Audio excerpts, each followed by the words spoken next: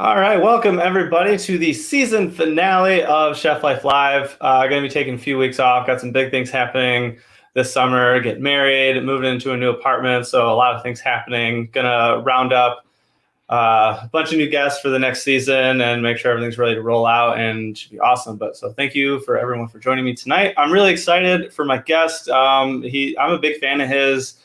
He made it really big on YouTube. He had a food truck in New York. And he makes really awesome, really quality videos, and it's really cool. And so I'm really happy that he agreed to be on. So let's bring him on, and we'll get to know him a little bit better. What's up? What's up, buddy? How you doing? I'm doing very well. How are you? I'm good, man. Thanks for having me. Good. Yeah, thanks for being here. I really appreciate it. So why don't you tell us just a little bit about yourself? Where you're coming from? Yeah, so kind of have probably like a 10-year come up before I started the show. Started in advertising, kind of studied marketing in college, went to business school. And I was just kind of like entering advertising as like social media was disrupting everything. So I Okay. saw a very short future in that. And at the same time, kind of really got interested in food. My brother was a chef. He went to French Culinary Institute. He was working some of the top places in the city. So I kind of like had that vision of it, but I never wanted to be a chef. Yeah. And so when I was working in advertising, food trucks were a thing. So I was like, this is cool. And I planned to have a grilled cheese food truck. So Yeah. I kind of moonlighted in advertising and until like I had a business plan and got a permit with the city and got it all straightened out and had a brand and all that kind of stuff. My whole thing was like I would be the brand guy. My brother was a chef, and we had this other guy that was like kind of an operations guy. But that kind of I ended up having to become like a cart workhorse. So that's kind of cut my teeth in the food industry that way. My brother ended up cooking all the food. This other guy was running around, and I was basically like doing the cart myself. So having to like amuse people, manage everything, do the money. It got to the point where like I kind of loved the chaos of it, where like you can kind of like Yeah. play around and like control the chaos that was going on. That's something I really miss, but like I couldn't just do that forever. The splitting a food truck revenue between three business owners in New York City with like it wasn't really conducive to start a food truck. It was really tough. So we did that for like 2-3 years, really like anything we could, expanded the business to like beyond just serving it on the side of the street. And then had a falling out and closed the business, and then got into camera stuff. So I saw an old friend from advertising asked if I would food style some of the brands that they were working with and take photos. So I sort of was like, did one photo. I got paid like $250 for it. And I was like, holy shit.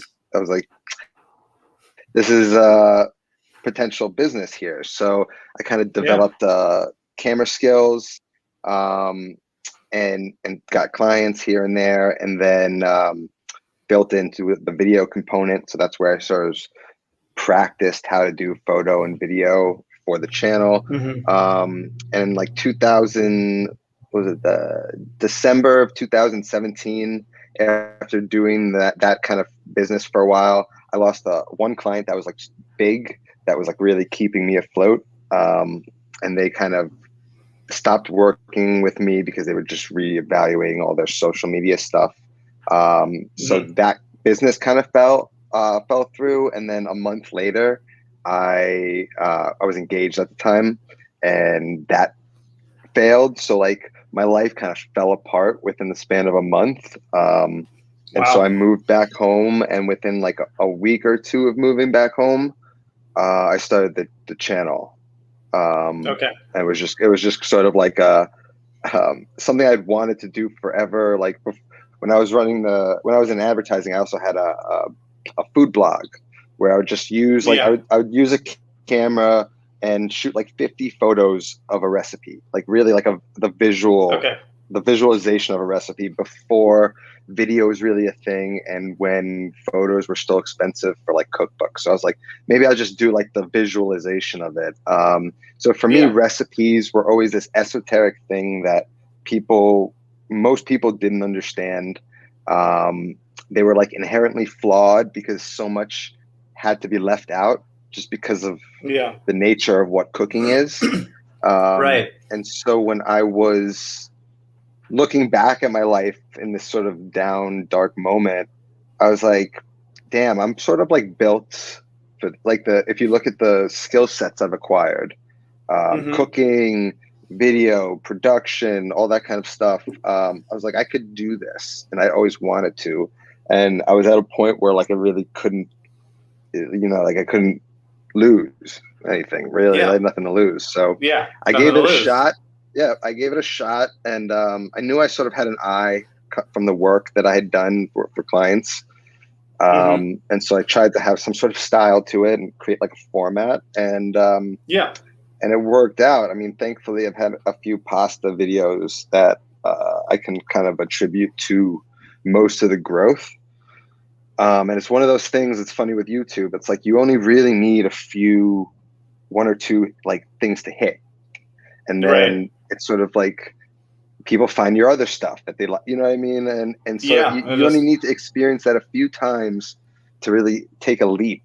And I mean, even for me now, it's become really like a challenging thing. The industry has changed a lot, right? In the last 3 years. In the last year, it's completely transformed.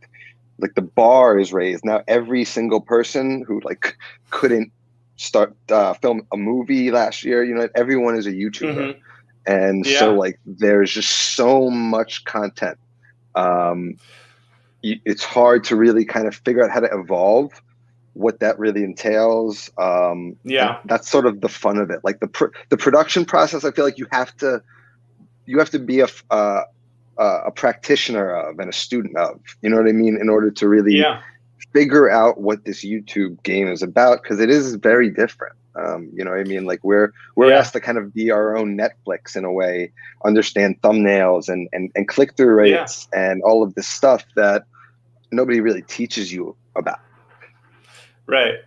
So it's like it's an interesting journey, and it's been really gratifying, and feel really fortunate for the position that I've been in. Yeah, I mean that's really cool, and like you said, with YouTube, it's a weird thing of like trying to get discovered on YouTube, and that was a really good analogy of it's kind of like Netflix, where you do have to learn what's going to be eye catching and what's going to keep people's attention, and it's really hard. I had no idea what went into like making a really good YouTube channel when I started, and it's just like still working. Me too. And I remember I was I must have been like a year and a half into my channel, and I was watching Netflix, and I kept noticing these movies that I'd watched, those shows that I've watched with new thumbnails, always changing.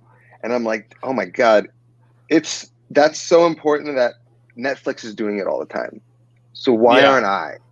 You know what I mean? And then I had this revelation, and then started learning about like a lot of the things Mr. Beast kind of shares with the world in terms of just like figuring out that average view duration, and just like it's more about crafting better videos. You know what I mean? Even sometimes I'll go back and watch an old video, and I'm like, why are you talking so much? What does this have to do with the video? And it sort of helps inform the new videos that I make, right? It's like, okay, let's tighten it. Let's figure out how to be able to express yourself the way you want to express yourself, but in a real, like, thought through way. Don't just try and fling it out and see what happens, So I'm trying to get better at stuff like that. Yeah, absolutely. And your videos are really great. They're like kind of straight to the point, but not like too rushed. Like you definitely understand what's going on, but it's not like a just drawn out, really slow process. Like you get to the point, you show what you need to do, and that's it. Well, yeah, the part of what I wanted to do, and that I thought I could do maybe a little bit different, is show more of the recipe without it feeling like, making your eye bored, right? Like, how do you show like a long process without making it visually like disorienting with like tight cuts and all that kind of stuff that YouTube does. How do you show that process more? Like for me, I'm the visual learner. I want you to see more of what I'm doing, but still have it engaging and not, like a 5-minute process that there's no speed ramping or there's no manipulation to sort of make the viewer stay tied to the screen. So it's always a lot of thought about that. And I mean, I'm trying to bring on an editor, and a lot of what I'm struggling with now is like, how do I communicate that? Like, how do I communicate what I was thinking about and what I want to communicate to somebody who maybe doesn't think like me when it comes to food, or maybe isn't even, doesn't have a really deep understanding of food to begin with. So, now there's a lot of other challenges like that. Like, how do you figure out a sustainable way of doing this? How do you grow? How do you get better at all these things? How do you get better as a cook? How do you find time to like learn more things? And so it's a lot, I mean, sometimes I get jealous of some of the YouTubers that could just talk to the camera. You know what I mean? Like, you can almost, you have more freedom, right? Like it's a lot harder for me. Like I feel a lot of pressure to really nail some of these recipes. So it involves testing and like premeditation weeks ahead without like, and still kind of producing it in a way where I'm like pinched for time. You know what I mean? So trying to figure out ways to just make life easier and like figure out the efficiency of the whole production. Yeah, definitely. And you kind of just talked about how you kind of get jealous of other YouTubers, but Julie was asking, like, do you mostly compare content to your other content or other YouTubers? I try, look, I'm a human being. I'm not going to sit here and lie and say like, I don't compare my content to other YouTube videos. I try not to. If anything, I compare it to videos outside of my niche. I like find a lot of inspiration, not in food videos, right? Because, we're all roughly doing an iteration of the same thing, right? What are other YouTubers doing that I can be influenced by, that I can kind of weave into my strategy? So I'm often looking outside of the food world. But yeah, I mean, you can't, it's human nature to compare yourself to others, but you really shouldn't. And you should, I'm not saying I'm good at it, but like it's an act, I'm actively trying to focus like on me. What's my world like? Like if you're just getting better than you were, then you're going to keep progressing. So I'm just trying to not get worse or fall behind. I'm just trying to stay ahead in my own little lane. And I think if you can try to do that, then that's like the best, healthiest way to do it, because then you get bogged down on other stuff that gets in the way. It'll fog your mind and it's no good. Yeah. I mean, I do that all the time. My fiance can attest that I'm constantly watching like other like food YouTubers, and I'll like just watch one of their videos and like, God, this is so good. It's so good. It's straight to the point. Like the camera works great. Talking to the camera is really great. And it's a good recipe. And so it's just like, it's just envy at the end of the day, where it's like, man, they're just doing so well. I think it's good if you have a healthy aspiration. Like that's where I want to go. And you can use that to like define a place where you might arrive with work. So I think if you know yourself, and you can sort of figure out how to like, you almost have to manipulate yourself. You know what I mean? Be like, it's what I'm aspiring to. I'm working towards there, and I'm going to get there with baby steps. And that's, you do the best you can, but we're all trying. Right. Yeah, absolutely. It's definitely tough. Like, I mean, I'm sure you can attest to the same thing of like your first video versus like the latest video you put out, and like the difference in quality versus just the recipe or how you delivered it, the camera work, whatever it is. Like, I think my first video I ever put out was like 20 minutes long for like gnocchi and bolognese, just like way too long of a video. And now like I've gotten better, a little bit better equipment and everything. And so I'm definitely, my videos are just better. And it's hard because like your bar for yourself is always raising. So what you thought was a good video when you made your first video is different than what you think is a good video now. And so, Right. and so that's the thing, is like you keep kind of getting close to the bar, but the bar keeps being pushed with out of reach. And so I think that's a healthy way to be, is you constantly evolving to kind of keep reaching that bar. So that's Yeah. YouTube. It's always changing. I mean, even now with shorts, right? And vertical Right. videos, like that's a whole new world that most of us aren't comfortable with, but we had to just jump in and not really have much opinion about it. So Yeah. I mean, now like the cooking, like TikTok videos are really taking off. I know you do TikTok videos as well. I haven't started doing those myself, but yeah, it's just adapting to everything that's happening with social media. And I never watched The Social Dilemma on Netflix, but I'm sure it talked about our shortening attention spans, as time goes on with social media. So I'm sure that's also playing into how people watch videos, how people look for videos, and everything like that. So I mean, what's funny is like my attention span is probably like I'm watching YouTube videos all day on my TV. Like while I'm working, YouTube is now not on my phone or my computer.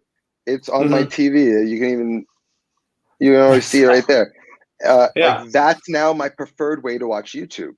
So for me, as much as I am investing in vertical video, I now think for every person who now has a cable box, who's going to ditch that in the next 3 years, they're yeah, going to realize YouTube is like another Netflix, right? And once they just start to realize it, right, and they find their people and they find their little niches that they like to play in, there's a whole world there that they're going to discover. And I just think YouTube viewership on TV is going to explode in the next 5 years. So I'm trying to keep a nice balance.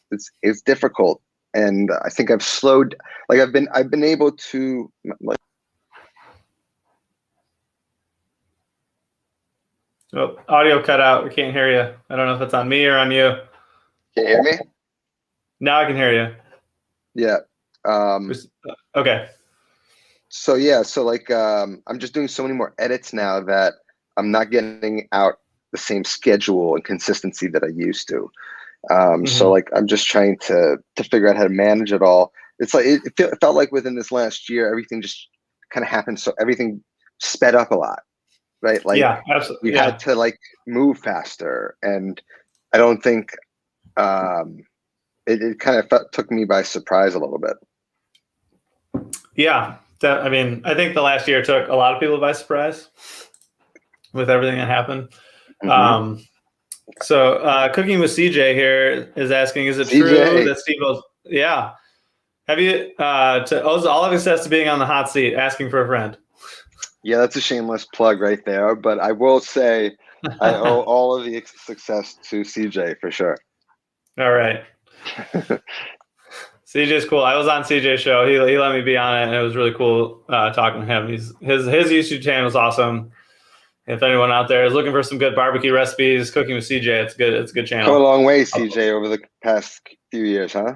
I know, he's been blowing up, man. He's like when I first reached out to him, I think he had just maybe right around 10,000 or maybe less. I'm not sure, but now he's up to I don't even know where you're at, CJ, but yeah, he's killing it. I think he's definitely over 50. Is he over 50 now, man? Yeah, I think so. Yeah, that's awesome. It just goes to show that, like, you just got to show up. You grow. We all grow like certain speeds. Like I'm where I'm at because of a few pops, right? But like I'm just like, there's no exponential growth where I am right now. I'm still digging, right? I'm still the amount of my subscriber growth per month. It is constantly fluctuating. Some months it's really good. Some months it's really bad or scary, or I think there's like a reversal happening. So I'm always just trying to like, you can't really rest on yourself. You know what I mean? You can't be complacent. You kind of always got to be digging, pushing, and trying to move forward. Yeah, absolutely. I mean, that's why I started doing the live show. I mean, I definitely got this idea from CJ. He was like, dude, if you want your numbers, your view time bumped up, you got to do live shows. And so I was like, all right, well, that's great. And so that's kind of how this whole show spawned. But yeah, like you said, you just gotta just keep hustling, keep pushing, and keep working at it. Yeah, I Now, mean, I had live is. watched. Go ahead. Sorry, go ahead. No, go ahead. No, you go. I was just saying, Okay. live is something I'm thinking a lot about. I haven't really jumped into it, but I think it's kind of evolved to the point where like I could do a live cooking show with a way of interacting that is sort of fluent. You know what I mean? Like, because it's really hard to manage everything, and especially like if I'm not going to have anybody there doing live streams, like I want to make sure I have it all kind of set up. But it's definitely something that Yeah. YouTube is trying to push. So I'm just trying to kind of, I kind of realize like when a platform offers a new feature, that's like a little hint to you, like you better start doing this. And Yeah, so it's like definitely. I'm trying to do more of the things that YouTube is pushing. That makes sense. It's a good strategy. I need to do better at like kind of watching those cues myself. Now you had talked about like you had a few like big jumps in your subscriptions, and I know before from an interview I'd seen with you, it was due to some of your pasta videos, and you were kind of worried about getting stuck in that niche or niche, whatever. I'm not sure how you pronounce it, and just being known as like the pasta guy. Yeah. I think I don't know. I think for the detriment of my channel, maybe I think I pushed away from that in the sense that like, or what I was trying to do is sort of create a wider pool to play in, but with like a focus on Italian. Okay. So, it's interesting because I look at a lot of channels like, our friend Guga does like steak channel, and then he does a sous vide channel. And I always think to myself, like, man, should I have just done only pastas, only Italian food, and just dealt with that? And like, if I had, probably have like twice as many subscribers as I do today. But that's just like what I didn't want to. I don't, you know what I mean? Like, I know it's probably the right thing to do. A lot of people like split channels and stuff like that. Right. Because some people just want my pastas, and other people want me to try Mexican food or Asian food. And it's like that diversion of audiences that sort of sometimes can hurt a channel. But I sort of just decided that I'm going to do it on I'm going to do shorts on my channel. I'm not going to make a second shorts channel. I'll do lives on my channel. I'm going to do all the recipes that I want on my channel. The whole goal was to kind of create like a cooking show for home cooks, or a cooking school for home cooks. So that's what I wanted to do, and I sort of am focused on doing that. And I'm not so worried so much about like growth of numbers. I think that in the future, like a creator is not going to be defined by their numbers. There'll be there'll be some sort of breakthrough where we don't have to worry about the algorithm of YouTube anymore. And I truly believe that. Not that like YouTube goes away or anything, but like I think there'll be other ways for us to be valued, rather than you think of somebody like Mr. Beast gets 50 million views a video, and then some people's views are going down. It's like, where is this imbalance of viewership going? And it's not that like I'm not saying Mr. Beast doesn't deserve it. I'm just saying it's like an interesting way that an algorithm works when we're all hustling and we're people want to see some of our videos and they might not see them. Right. And so I'm focused more so on just being better, like just make better videos that you want to watch. And if you do that, you'll just keep getting better. And there's some things you just can't fully control. Like I can control like making better thumbnails or titles, or if I can't do it, finding somebody who I could pay to do it. You know what I mean? Like these things I can control, and I can work on all of my skills and getting better at production, but I can't really control the algorithm. I can try and give it what it wants, but at the end of the day, I kind of have to just do what I'm going to do, and whatever will happen will happen. Yeah, I mean, it's all we can do is just keep pushing forward and kind of hope for the best, and hopefully things turn out. So just to backtrack a little bit with your food truck, you have a brother who's a chef. Is he still a chef in the industry right now? No, he's not. No? No. Was that due to the pandemic, or did he leave the industry after He the food wanted to truck? transition after the food truck. I think he helped open a few restaurants, but he transitioned into sales. Okay. It's like food sales and stuff like that. Now I did my best to do my research on you to find out as much as I could and everything. And from what I found, like, you didn't really have that, like, obsession with food. You weren't like a foodie growing up, and that wasn't really a passion of yours. Is that right? I think when I look back on it, like, I didn't have an overt passion like you might know me to have today, but there was something underneath me that I didn't really see until I was older, right? But like when I look back, I fell asleep to Iron Chef Japan every night when Food Network was barely a network. I remember, like, this, we're talking when you had 30 channels only, and most of them you didn't want to watch, and so I would watch the Food Network all the time. And when I would go out to eat breakfast at a diner, I would like demand sitting at the counter so I could watch short order cooks work. And so like all of these things, like at the time you don't put the pieces together, but it wasn't until I was older where I started getting involved with food. And then my brother was like, you have a knack for it. And so it's, how some people that they just have they just get it. I had a palate. I understood food a little bit, like, naturally, I guess. And then as I learned about it, it sort of evolved. And like even today, like my goal is never to be like the greatest chef or cook or whatever. My goal is to be like the best teacher and translator. So it's like what great chefs do, I want to understand and translate to somebody that struggles to even grasp it. And then hopefully if I could find a way to package that in a way that even the least confident cook can understand, that is a contribution that I can give. You know what I mean? Yeah. And so absolutely. that it feels like something that I could kind of like do forever. And so that's sort of where I saw myself, because it's like there's a lot of ego around the best, like, especially when you read titles, it's gross. I mean, I use titles myself. It's gross, but that's how you can't, when you do a title without it and with it and you realize the difference, like you're like, I gotta use it. Right. But yeah, I mean, like I don't care about if I beat somebody on a cooking competition show. You know what I mean? Like it's like the least of my desires in life. But for me, if somebody can watch my videos and be like, I made this and it was awesome, and I've it's one of those people where, like, I've had wives on social media. They're like, the husband just posted something and they're like, he's never cooked before. You know what I mean? And it's like that's the best feeling when somebody who just like had a breakthrough.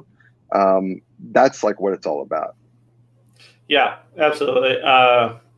The food service industry is full of ego. I mean, that's just kind of the nature of it. Like, because there's so many chefs that, like, they have to be the best. That's what drives them. They want to be the best. They want that best restaurant and everything. And I've definitely succumbed to it. Like I tried working in some of the best restaurants, and because I wanted that feeling of being with the best and everything. But at the end of the day, like, my passion for food was always like, I loved cooking for people. I love that sense of that people just loved what I made and bringing people together and just eating. And so it's, I think the whole ego thing is never going to go away, but it's something that's starting to get curve a little bit.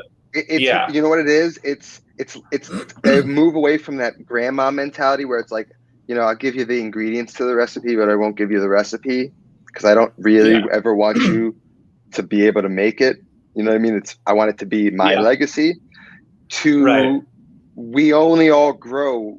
Like, there was such a great quote about the only way knowledge grows is by sharing it.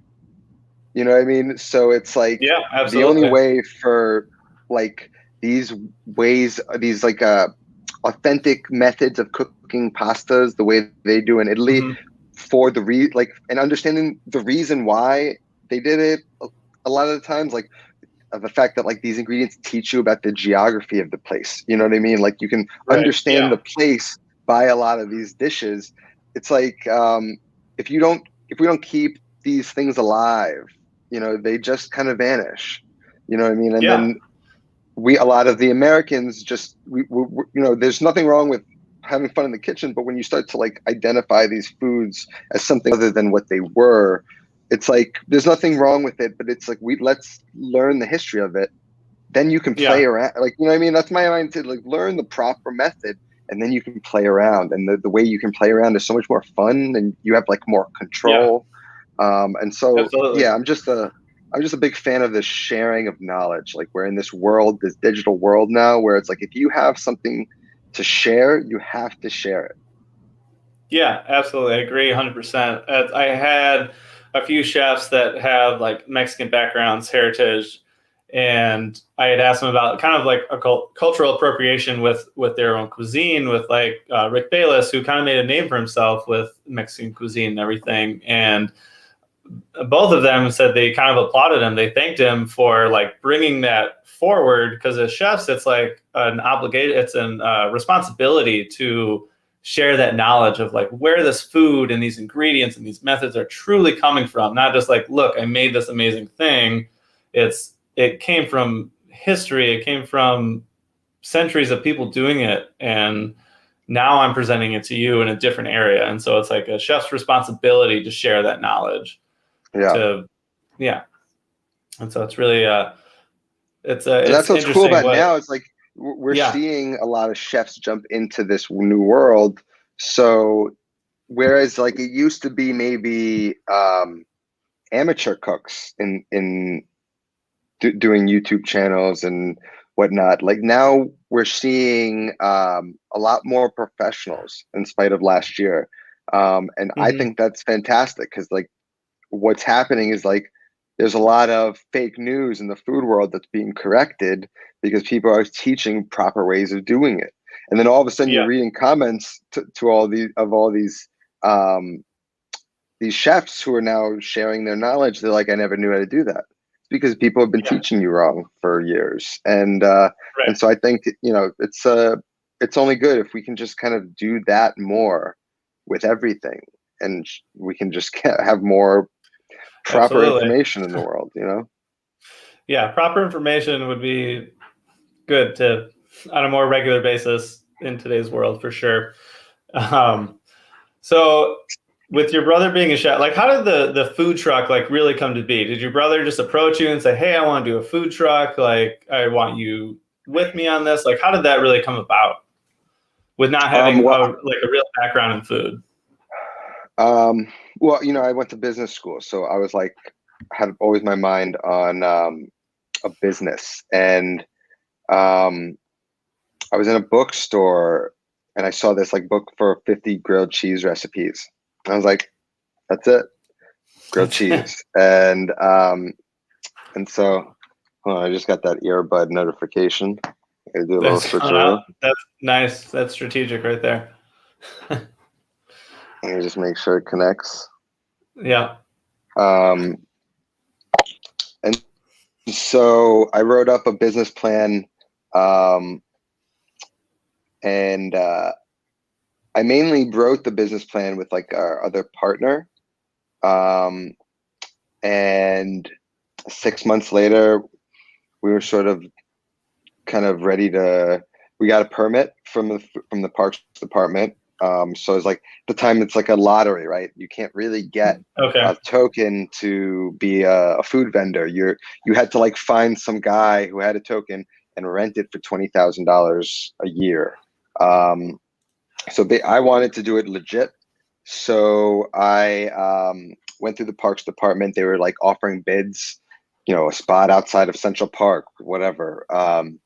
And so we got one, and once we got one, I was like, "Damn, we got it! We have to figure out money to get a truck." And Yeah. so I think my grandfather had recently passed away at the time, and my mom had cashed in his life insurance plan. I think it was like $50,000, and so my mom gave it to me to start the food truck, essentially. Wow. So that was like a bad investment on her part, but it was very fortunate at the time to have had that money. When it was tough, we had enough money to get it off the ground, but we started with like $500 in the bank. And if you know anything about food service, if you're listening, like you literally can't survive without money. And so, Yeah. so literally from day one, we were climbing out of a pit, and we did it the best we could. We lasted like almost 3 years. We were doing we were inside of like the Citigroup building and the Deutsche Bank building and all of these financial buildings, like renting a booth in the cafeteria for like pop-up kind of. They have vendors that come in like every few times a week and do like a pop-up. And so we would serve banh mi sandwiches. We kind of developed a few banh mi sandwiches that were really fast to put together. They didn't have to be grilled cheeses. So we would hop around during the lunchtime, bang out a service, and we would do that. We had little food stands around, like little street fairs around the city. We would do Electric Zoo and Governor's Ball. We would do both of those, which were like 3 days in a row on the weekend, with 2 concepts: the food truck and the banh mi tent. It was pure insanity doing these things. I'm talking 20,000 people for 3 days, 11 o'clock in the morning to 9 o'clock at night. Like, by the end of this weekend, you're exhausted, but it's like you make like $40,000, but you really don't make any money because it costs so much, and you pay all these. You gotta put all that back in. And then you look at yourself and you're like, why did we even just do that? You know what I mean? So like, that was like the reality of my life as a food truck owner. It's like, everyone loved it. We had kind of a cult following. Finances were always hard. And, I just couldn't envision a life of doing that forever. Yeah, it's tough. I mean, from everyone that I've talked to that has owned a restaurant, it's, that's it. That's your life. Yeah. Maybe in 10 years, you can finally start like taking those breaks, maybe sooner, depending on how successful it is. But like, you got to be there all the time. Yeah, it was hard. It's like we would wake up in January and be like, oh my God, it's 20 degrees. We'd just be like, can we even operate? And we'd go and like, there's an icicle hanging out of our sink. And it's just all sorts of things, like, like we shovel the cart out of it. We had a little dolly. We literally had we had to parallel park it with a pulley, essentially. So God. It was just like, it was a nightmare. Fortunately, my brother's nickname was Bear Claw because he could rip a phone book in half. Nice. So he has the German genes in the family. I have the Italian genes. He's more of a big body brute. So he was very useful on the cart. Yeah, I bet. I feel like you might have taken up a lot of space in the cart, though. If he was the big, I don't know how much space you had in there, but it seemed like we could fit 3 people. The trucks are very small. We could fit 3 people, and no one would ever have to take a step. And it was efficient. Nice. We banged out a lot of food in a 6x8 cart. Yeah, that's small. That's really cool. I had read also that Anne Hathaway went to your food truck. Is that true? The day she got proposed to. So we were in Pop Sugar, the paparazzi. We were in Fort Greene Park, which is where like our home base, essentially. And I guess she lived in Brooklyn. And yeah, her husband came up, or her fiance at the time came up. I remember it was the oddest thing. Like, I took the order. I didn't like make a fuss about it. I didn't give him any clue that I knew. I was like, we had people around the truck. Yeah, I'm sure. So he was like, I'll have a salad and a grilled cheese. And he asked, he was like, how much for an iced tea? I said, $2. He's like, okay, forget it. I was like, what? He's like, you just proposed to Anne Hathaway, and the $2 iced tea is a deal breaker for you? Oh my God. You probably spent a lot on the ring, and so maybe money was a little tight. Couldn't spare that $2 for this for the iced What tea. did you think an honest tea was going to cost you? I mean, these things that aren't sounds reasonable to these things me, aren't like that cheap. $2. Yeah, but that's I not thought even it was that funny. expensive. I just thought That that's is funny. like, and so yeah, the next day we were in like the tabloids, and there were all these angles of photographs. I was like, where were these people? These paparazzi literally are in bushes taking these photos. I'm It's sure. insane. I mean, I can't imagine So how yeah, much they got for those photos being in the bushes. But did you so yeah, see that's did you see an increase in your like customer base after that happened, like being in the no, tabloids and Anne Hathaway? No. it had Well, nothing. by It did that, nothing. oh, I mean, by that point, did you already have your kind of cult following there? We were like established at that point. Okay. Like people. We were in Brooklyn, so it wasn't like people came to Fort Greene, Brooklyn to see us, but they would see us at all these events throughout the city that we would pop in on. So like, we kind of had a wider net than our little corner in Fort Greene. But I loved Fort Greene. Fort Greene is like one of the coolest places in the city. I miss it all the time. I've actually never been to New York, so I don't know where that is. It's on my list. I need to go, but I have never been to New York, unfortunately. If you're ever in Fort Greene, look out for a guy named Coconut Rob on the side of the street making tropical juices.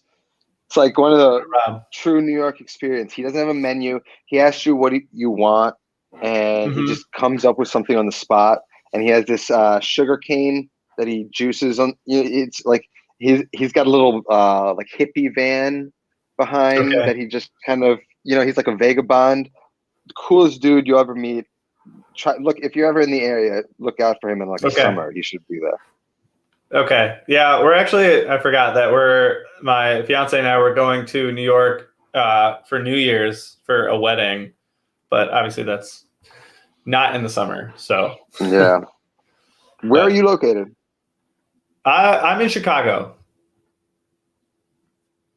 Yep, right here in Chicago. It's great. You guys have a lot of wild ramps up there. Yes, we do. I've been seeing everyone's been posting. I saw you were posting stuff about ramps. It's ramp season. I haven't gone foraging yet, but I probably should. Got to make some kimchi. Yep. Ramp kimchi is the best. I'll have to make a video about that one. I don't know. But I'm assuming you've been to Chicago. I haven't. You haven't? Well, you definitely need to come. I do. It's a great food city. Definitely a good time. Yeah, it's a great food city. Hopefully you can come once it's like fully open to really get the full experience. Hopefully we don't have as much kind of like craziness going on as Chicago normally does as last summer, but I feel like when this is over, I'll just like pick up and go someplace. Like if you told me this in a year, I might just go to Chicago this weekend.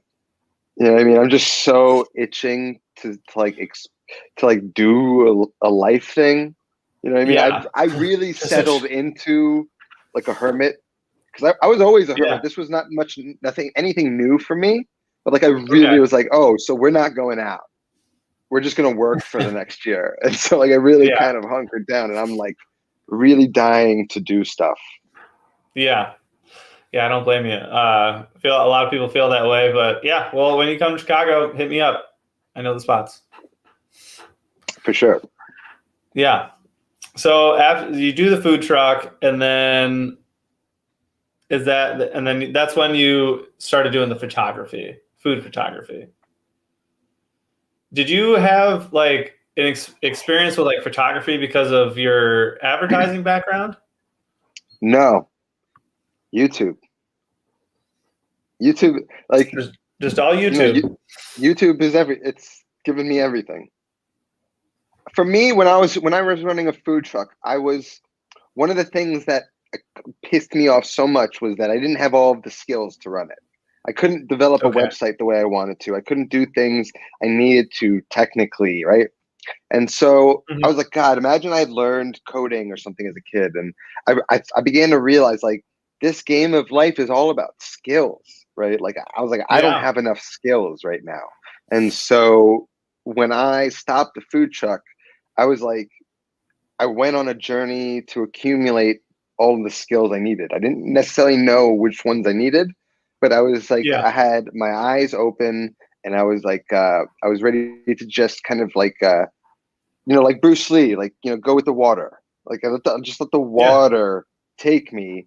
And, I ran into somebody who wanted me to pick up a camera. So I picked up a camera. And once it paid $1, I was like, I should kind of get good at this probably.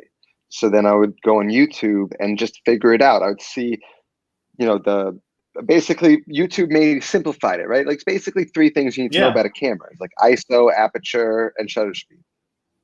If you know those, and you go out and you take photos and you play with all those settings, you're like, oh, this does that, that does this, that, right? And you kind of get a feel for it, right? And then once you do that, you realize the other most important thing is lighting, right? So if you can figure out lighting, whether you learn through a window and you kind of just take photos from every angle, and you're like, oh, this one's nice, and you get a feel for it, then you can realize like what natural lighting is doing, and then you can replicate it with artificial lighting by softening it, bouncing it off, diffusing it, all of these things.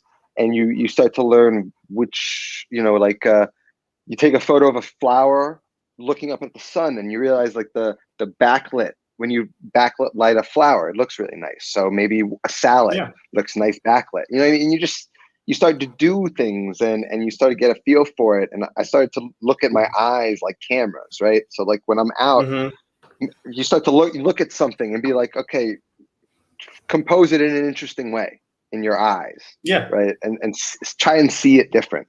And then those just, walking around the city and looking up and all this stuff, you start to like train yourself to think differently. And all of a sudden I became a photographer. And then with those skill sets, that easily translates to video, and video earned more money.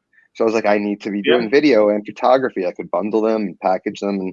And so it was sort of like that, and just picked up skills along the way. And then eventually when I needed them most, I was able to put them all together into the thing that I do today. Yeah.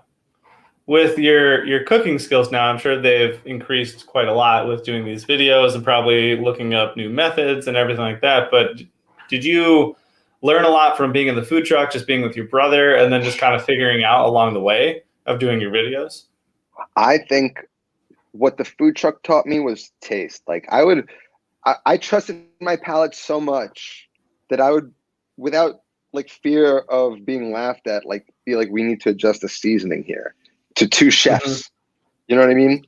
Like I was the chef, and it wasn't to be like, to assert power.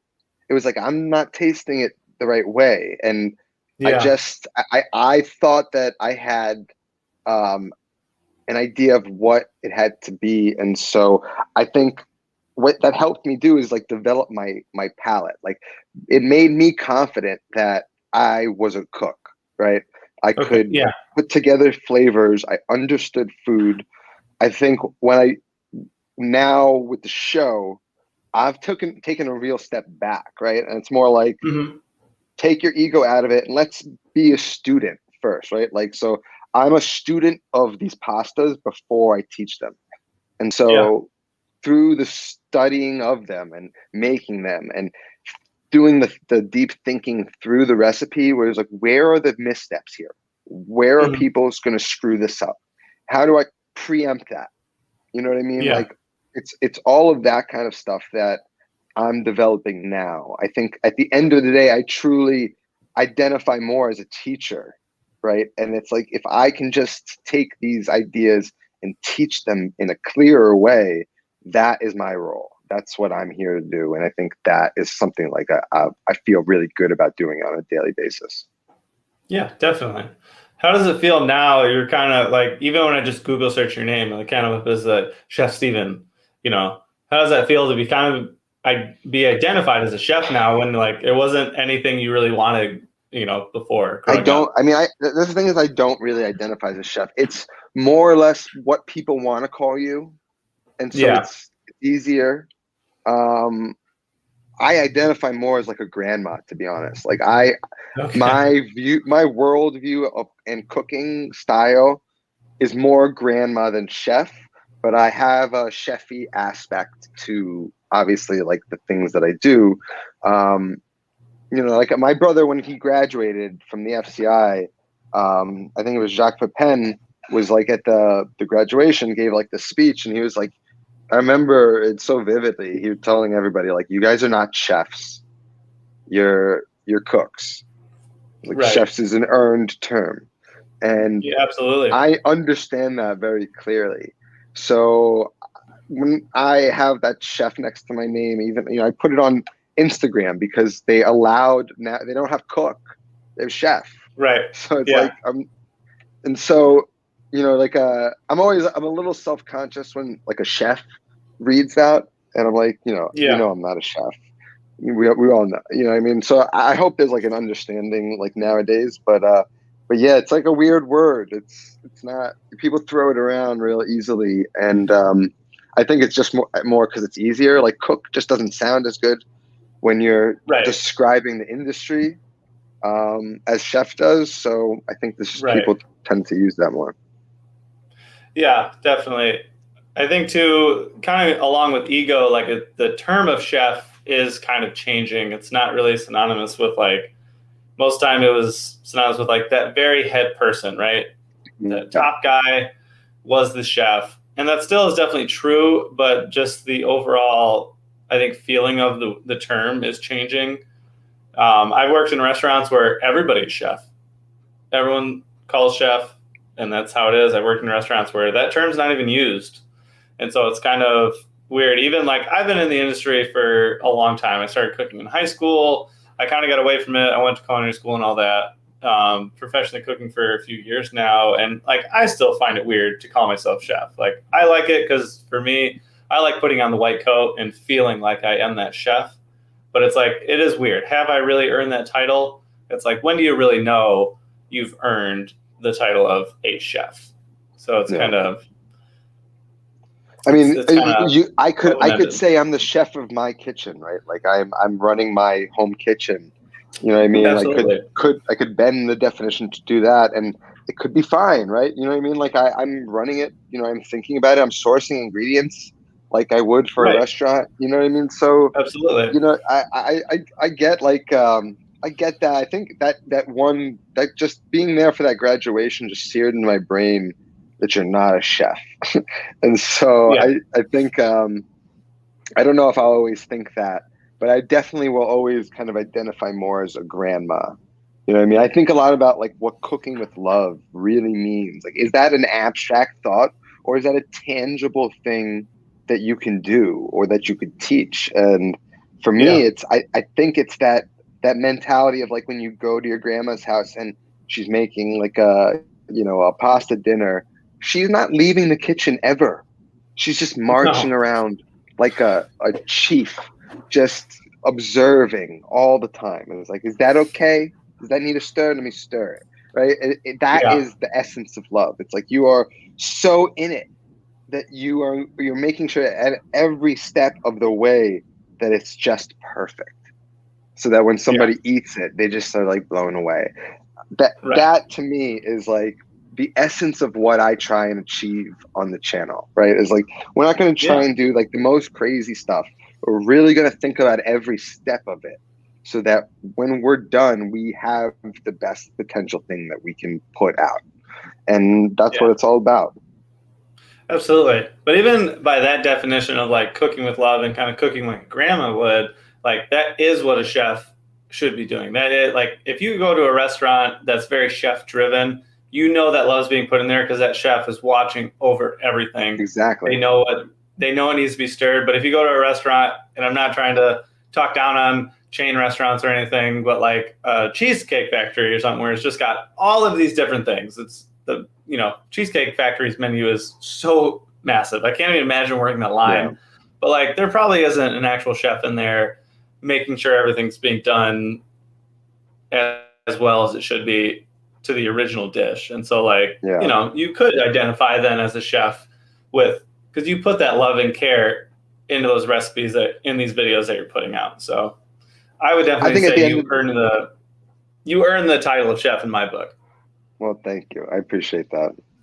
I think at the end of the day, you know, what does it really mean?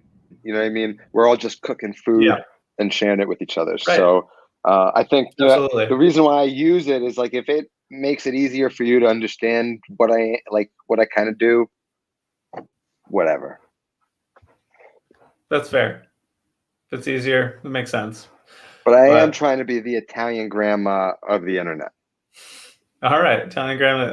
That's got to be your next channel. You're like the sub channel or whatever, Italian grandma of the internet. If you start that, that'd probably blow up. Well, I kind of have an idea for a second channel, and I don't know if I want to do it or not, and I don't think I want to say it out loud. I'll say. I mean, you're not going to get to that many people on my channel. Like we have 6 people watching right now, which is great. Thank you, all the 6 people who are watching. But I totally understand. But yeah, I mean, I'm sure if you come out with another channel, it's going to be great. Your videos are really awesome. You're kind of also famous for your the mouth camera you use for your overhead shots. Because I watched an interview and you said you hated like the tasty style videos, the like directly overhead, the quick, just like hands, and that's it. I think maybe that's why Tasty doesn't cover any of my videos, because I was just vocally we're bashing.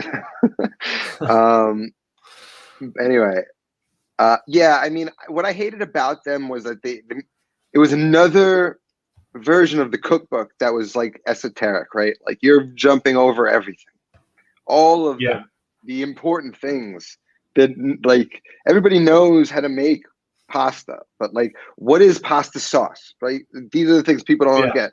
They complain it's too loose, it's too thick, blah blah blah, because nobody is explaining to you what it is you're actually making, right? So you just don't understand it. It's perpetuating a problem that I had been bothered by for the last 10 years. So for me, when I started the channel, I banned the overhead shot, and it was just like stupid, you know. It was part ego, right? It was like me eventually trying to eliminate all the ego out of the channel. And so eventually I realized there is a practical need for that view. It doesn't need to be there for every shot. And I think I got so tired of seeing that because when BuzzFeed does it, everyone does it. So now it's the only way you can watch a cooking video on the internet. And so what happened was once I had just established my own style separate of that, which was the goal, I realized, okay, maybe I can incorporate this, but how do I do it? My first thought was these people, the hands and pans is what they call the hands and pan shots, the BuzzFeed style videos. They use a big A-frame, and I'm shooting practically in a real kitchen, and I'm using equipment that is compact enough to work there.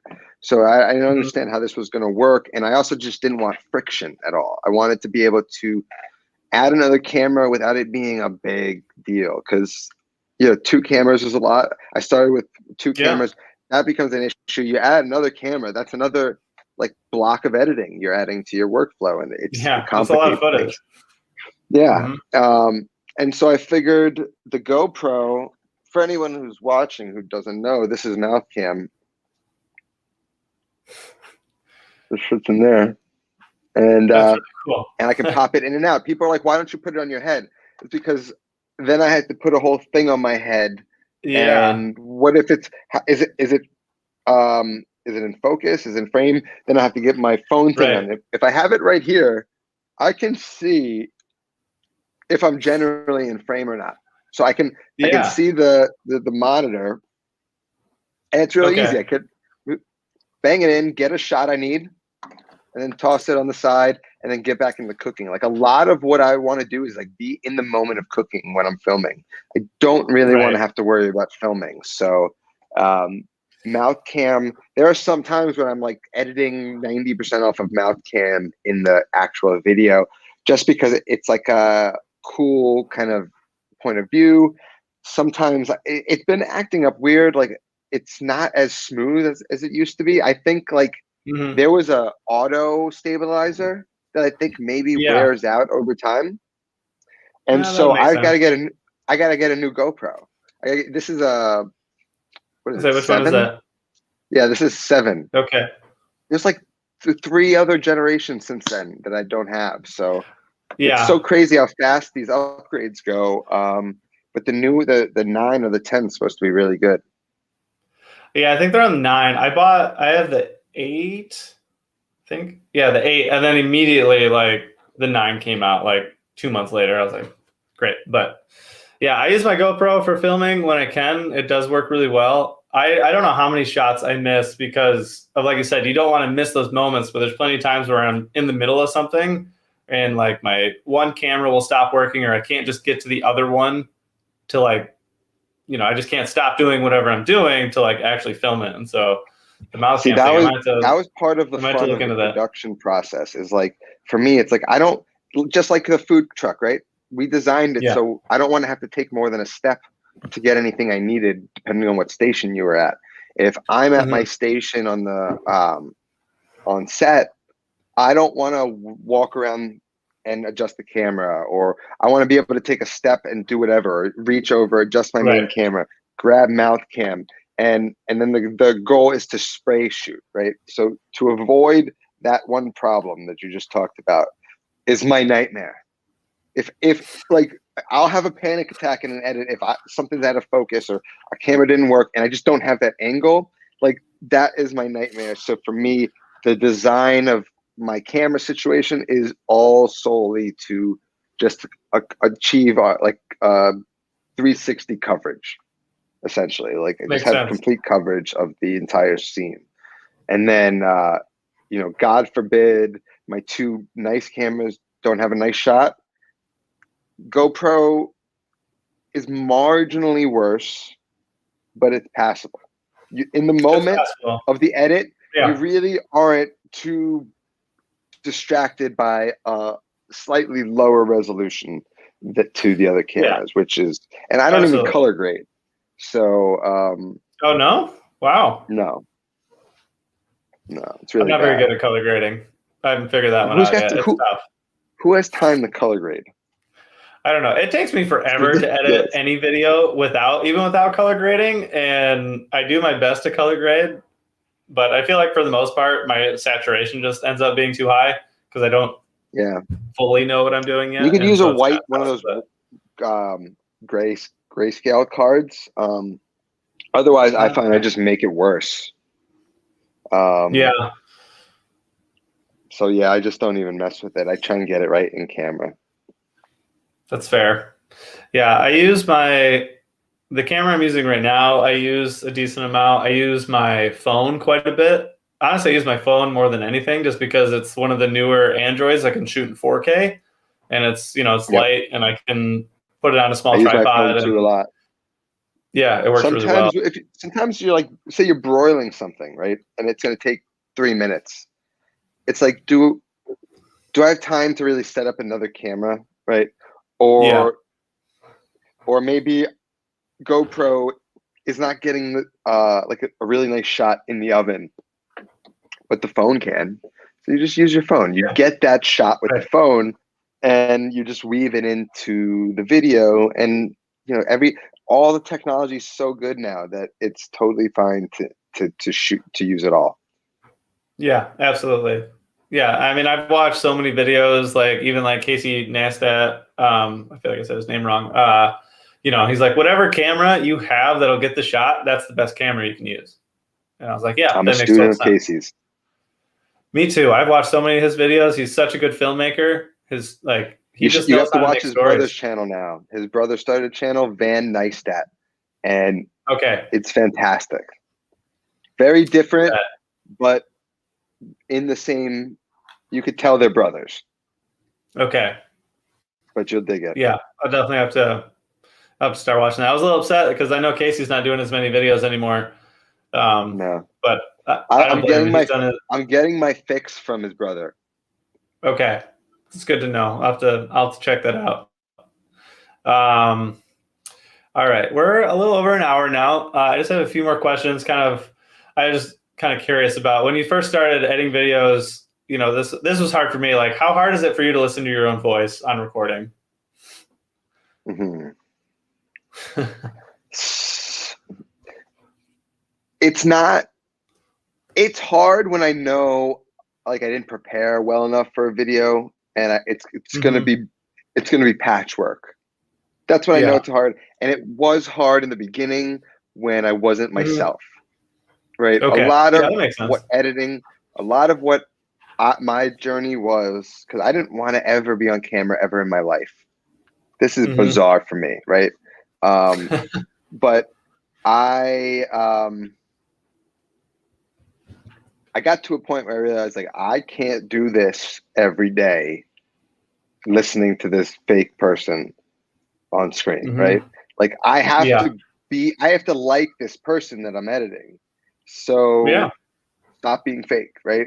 It forced Yeah. me to be the true, real version of myself, because otherwise I wouldn't be able to stomach it.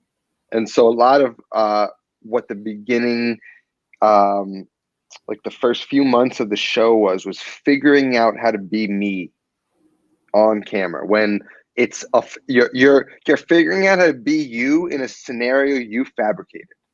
So it's like Yeah. this contrast. Everything about the situation doesn't feel comfortable. You're standing there with a camera with lights on you. That's not natural, but you Right. need to be natural. And eventually, like, I was also depressed in the beginning. Like, my life had fallen apart. I was engaged, right? I was heartbroken. So it was hard for me to even to be on camera without clearly visibly being upset about something. And even some of the Yeah. comments I would get, people could tell. So a lot of it was like a journey of, like, this, it became, over time, as you evolved and you do it, it became a little bit therapeutic, right? When you're like, oh, Yeah. there's a person I like.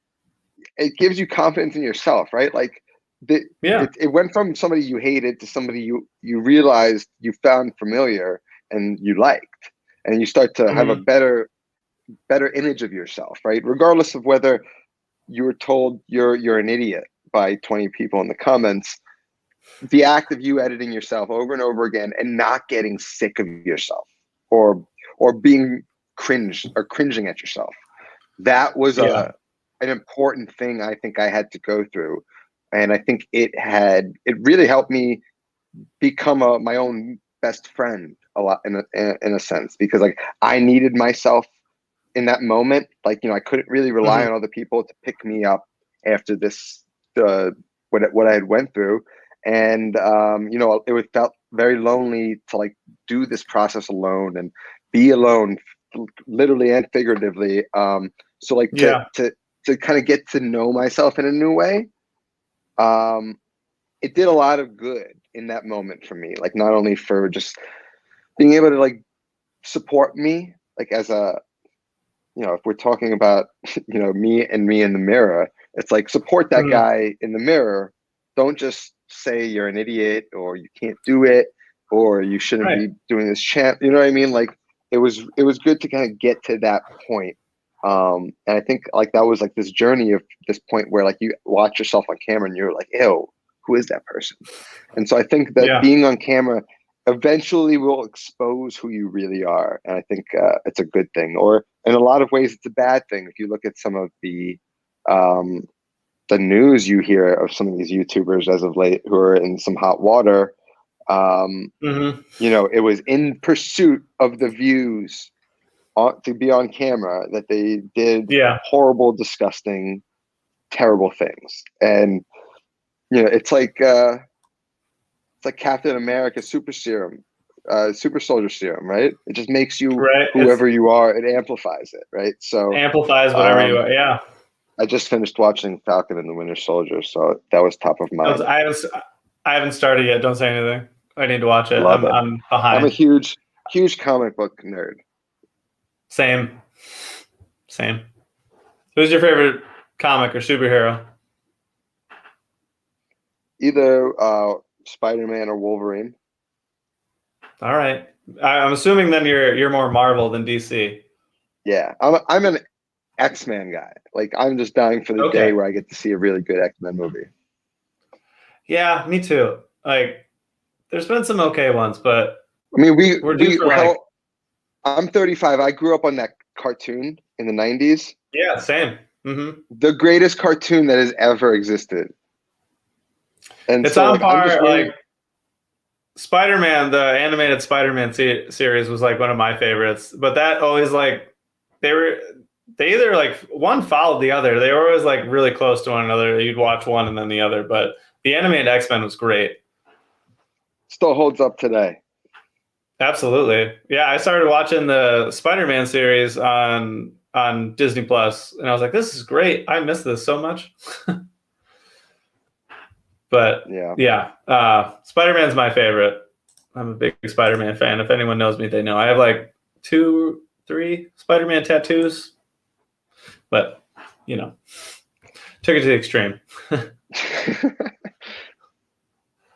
Wow. But all right, I won't take up any more of your time. Stephen, thank you so much for joining me tonight. Really appreciate coming and talking to me and all of our viewers. All of you watching, if you haven't subscribed to Not Another Cooking Show, you definitely should. It's worth watching. He makes really awesome food, really great videos, so you definitely should check it out. And we look forward to your new stuff coming out, new channel, whatever might be coming out. So maybe. Maybe we'll see. Yeah, man. Thanks so much for having me. It was nice talking to you. Yeah, you too. And like I said, if you're ever in Chicago, you should hit me up. Totally. I'm down. Go around, make a video or something. Absolutely. All right. Everyone else, thank you so much for watching, and have a good night. Have a good weekend, and we'll see you next time. Have a good night, everybody. Bye-bye.